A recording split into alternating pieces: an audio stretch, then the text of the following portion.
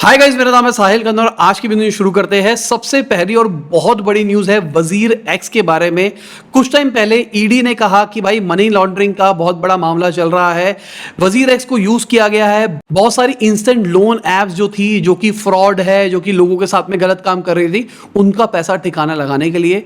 और money laundering का बहुत बड़ा केस बन रहा था इनके ऊपर। अब इसके चलते हुए इनके बैंक अकाउंट को कर दिया है फ्रीज। 65 करोड़ रुपीस पड़े हैं वहां पर। तो भाई अभी तक मतलब मैं बात करके चलूं तो बहुत सारे लोगों ने क्रिप्टो के अंदर इन्वेस्टमेंट कर रखी है और कई लोग वजीर एक्स में इन्वेस्ट करते थे। क्या सोच के करते थे कि भाई इंडियन कंपनी नहीं है, इंटरनेशनल कंपनी है, जो दुनिया की सबसे बड़ा क्रिप्टो एक्सचेंज है बाइनेंस, वो इन्वेस्टर है इसका और वो इसको बैक करता है। पर अभी एक और नई खबर निकल के आ रही है जो कि मुझे भी डरा गई है बहुत ज़्यादा।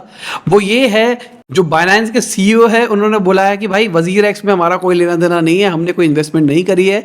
2019 से ऐसा माना जा रहा था कि वजीर एक्स वहां से है कंपनी, बाइनेंस ने खरीद ली है, ऐसा चल रहा है। पर ये तो बहुत बड़ा सीन निकल के आया है। अभी उसके बाद में ट्विटर अगर आप देखते हो तो ट्विटर के ऊपर थ्रेड चल रहा है जहां पे ये दोनों आर्ग्यू कर रहे हैं, जो वजीर एक्स के को फाउंडर है और जो बाइनेंस के सीईओ है, कि भाई वजीर एक्स की ओनरशिप किसके पास में है। बहुत बहुत बहुत बड़ी बात है। आपने क्या इन्वेस्ट कर रखा है वजीर एक्स के अंदर? क्योंकि मैंने तो कर रखा है, मैं तो फंस गया ऐसा लग रहा है। क्योंकि जब मनी लॉन्ड्रिंग का केस का पता लगा था तो मेरे को लगा था ठीक है, मनी लॉन्ड्रिंग तो क्रिप्टो में होती है, कोई दिक्कत नहीं है, वो मनी लॉन्ड्रिंग का एलिगेशन हटेगा और सब कुछ सही हो जाएगा। और जब ये वाली खबर निकल के आई है ना कि बाइनेंस ने कहना भाई हमारा तो कोई लेना देना नहीं है, ये बड़ा सीन है भाई। अगली खबर एलॉन मस्क की है। तो ट्विटर वाली डील उन्होंने कर दी थी कैंसिल। इसके चक्कर में आर्ग्यूमेंट चल रही है कि क्यों करी उन्होंने कैंसिल। ट्विटर ने केस किया एलॉन मस्क के ऊपर, एलॉन मस्क ने वापसी किया ट्विटर के ऊपर केस। अब एलॉन मस्क का कहना है कि बहुत सारी चीजें डिस्क्लोज नहीं करी गई थी पहले, उसके अंदर इंडियन गवर्नमेंट को भी लाया गया है कि भाई इंडियन गवर्नमेंट से ट्विटर के अच्छे रिलेशनशिप नहीं है। तो कहा गया है कि ट्विटर जो रूल्स है, गवर्नमेंट के रूल्स है, उसको फॉलो क्यों नहीं करता है। बहुत टाइम से गवर्नमेंट ने सोशल मीडिया रूल बना लिए है, डिजिटल वाले रूल बना लिए है, ट्विटर के ऊपर आर्ग्यू करता है ऐसा वैसा, और ये कोर्ट में केस चलता जा रहा है। अब ट्विटर का कहना है कि भाई बहुत सारी चीज़ें जिस पर हमको डिस्कस करना है, इसलिए हम कोर्ट में केस चला रहे हैं। पर एलॉन मस्क का कहना है कि आप रूल्स का फॉलो क्यों नहीं कर रहे। पर मेरे हिसाब से रूल्स को फॉलो करना चाहिए। तुम कोर्ट में केस जीत जाओगे तो फिर अपनी बातें बैक टू नॉर्मल कर देना। पर अभी के टाइम पे, क्योंकि देखो सिंपल सी बात, सोशल मीडिया बहुत तेजी से बढ़ा है। अब कई लोग बोलते हैं कि भाई ये सब कुछ मोदी गवर्नमेंट के अंडर के हो रहा है। लॉजिकली सोचो एक बात को, अगर हम 2010 की बात करके चले या 2012 की बात करके चले, उस टाइम पे सोशल मीडिया और आज के टाइम पे सोशल मीडिया का साइज कितना बड़ा है। उस टाइम पे शायद सोशल मीडिया पे उतनी पावर नहीं थी जितनी आज के टाइम पे पावर बढ़ रही है। तो इसको कंट्रोल करना जरूरी है। मतलब मैं ये नहीं कह रहा कंट्रोल करके अपने डायरेक्शन में ले जाना जरूरी है, इसको कंट्रोल करना कि वहां पे फेक न्यूज स्प्रेड ना हो, गलत बातें ना हो, वो चीजें बहुत जरूरी है। अब ट्विटर की साइड की अगर हम बात करके चलते हैं तो उन्होंने बोला है कि एलॉन मस्क बहुत ज्यादा चीजों को गलत तरीके से दिखा रहे हैं मार्केट के अंदर। उन्होंने पहले बात करी थी जो फेक यूजर्स है ट्विटर के ऊपर, वो डेटा जो उन्होंने बताया 10% वो ऐसी है, उसका कोई पीछे का तथ्य नहीं है, इसका ये नहीं है वो नहीं है। अब देखते हैं क्या होता है इस पूरी डील के अंदर, क्योंकि लग तो रहा है डील तो कैंसिल हो ही जाएगी।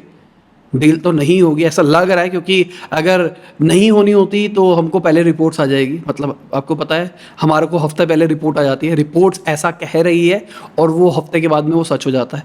तो अगर रिपोर्ट्स आएगी तो आपको बता दूंगा कि भाई रिपोर्ट्स ऐसी आ रही है कि एलॉन मस्क वापसी से इन्वेस्ट कर सकते हैं। पर अभी तो हाल ऐसे नहीं लग रहे कि इन्वेस्ट कर रही है।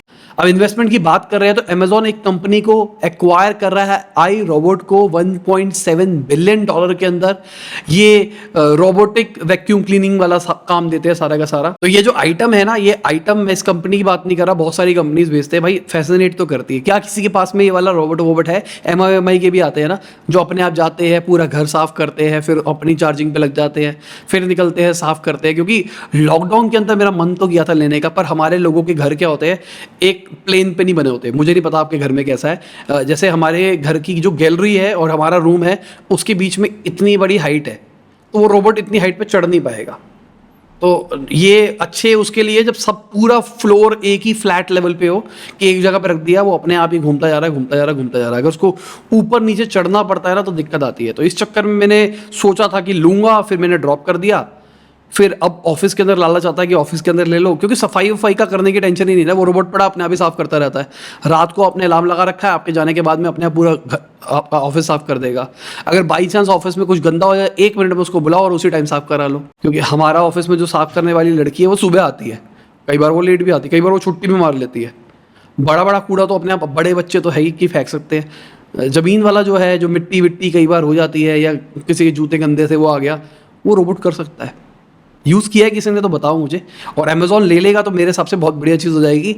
ये चीज़ मासेस तक भी आ पाएगी, एलेक्सा भी कनेक्ट हो जाएगा शायद इसके अंदर। वीडियो में आगे जाने से पहले प्लीज लाइक का बटन दबा दे, चैनल को कर दे सब्सक्राइब। मैं ऐसे ही बिजनेस न्यूज आपके लिए लाता रहता हूं। अगली खबर यूएस से है। तो यूएस ने 5.28 लाख जॉब ऐड करी है जुलाई के अंदर, और उनका अनएम्प्लॉयमेंट रेट घट गया है 3.5% के ऊपर। अच्छी बात है अगर ऐसा है, और ये ऑफिशियल असली आंकड़े हैं। तो अगली खबर, जेफ बेजोस का जो $500 मिलियन का याच है, जिसके चक्कर में बहुत ज़्यादा बवाल चल रहा था। बेसिकली इतना बड़ा बन गया है, उसको ले जाना मुश्किल हो गया है। तो जिस जगह से ले जाना है वहाँ पे बीच में ब्रिज आता है, तो बात ये चल रही थी कि उस ब्रिज को डिसमेंटल किया जाएगा और फिर निकाला जाएगा। पर वहाँ के लोगों ने प्रोटेस्ट करना शुरू करा, बहुत कुछ किया। उसके बाद डिसाइड किया गया उस पूरे याच को डिसमेंटल किया जाएगा। अब कहानी ये निकल के आ रही है, जो जिन्होंने बनाया था उन्होंने कहा है कि भाई डिसमेंटल नहीं कर रहे, उसको एक जगह से टो करके दूसरी जगह पे अभी लेके जा रहे। देखते हैं क्या होता है क्या नहीं होता, मजा तो यही है ना। अगली खबर स्नीकर की है। तो स्नीकर भाई फंस गया है, क्योंकि उन्होंने ताइवान को अलग कंट्री बता दिया और उसके बाद उन्होंने चाइना से अपोलोजाइज किया इस चीज़ को लेके। अब फंस के रह जाते हो ना तुम, एक फ्रंट का साथ ही नहीं दे सकते। चाइना इतनी बड़ी मार्केट है, अगर तुमने उनसे पंगा लिया तो तुमको चाइना हटा के रख देगा। अब उन्होंने क्या किया था, मार्केटिंग के अंदर बोला था कि only available in countries of south Korea, Malaysia and Taiwan.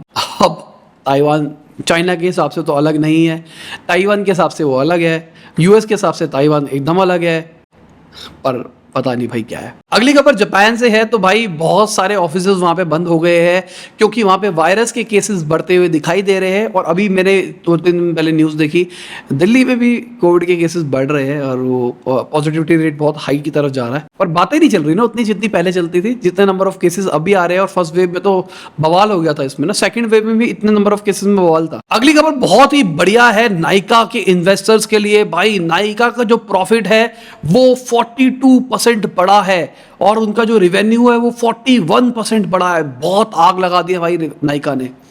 Profit हो गया है इनका 5 करोड़, बहुत बढ़िया आग लगा रखी है इस कंपनी ने। और अगर मैं महिंद्रा की बात करके चलूं तो उनका भी Q1 का नेट प्रॉफिट आ गया है, तो वो भी 67% बढ़ा है।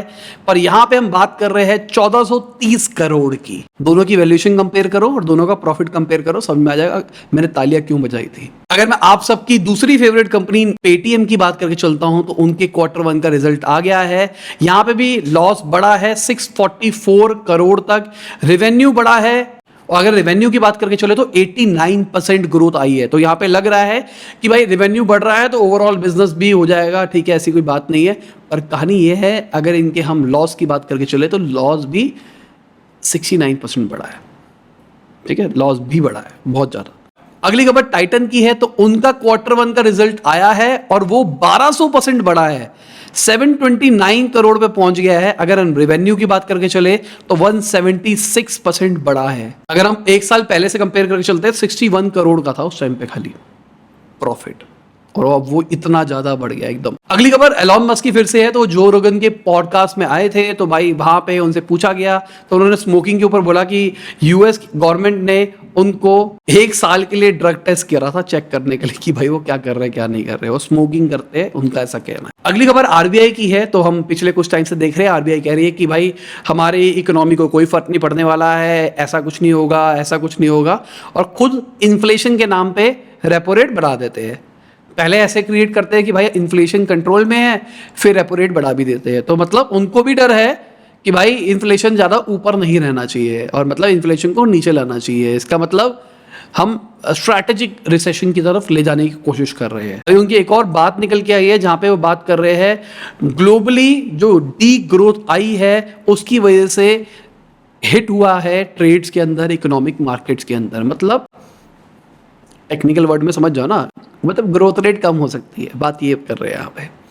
तो ग्रोथ रेट कितनी कम होगी, अगर नेगेटिव जाएगी तो रिसेशन की तरफ हम आ सकते हैं। और इसी के साथ आज की बिजनेस खत्म होते हैं। उम्मीद करता हूं आपको मजा होगा। लाइक कर देना, शेयर कर देना, कमेंट बताना वीडियो कैसी लगी। बाय, गुड नाइट, शबा खैर, खुदा हाफिज़, गुड मॉर्निंग, गुड आफ्टरनून, जब भी आप वीडियो देख रहे हैं।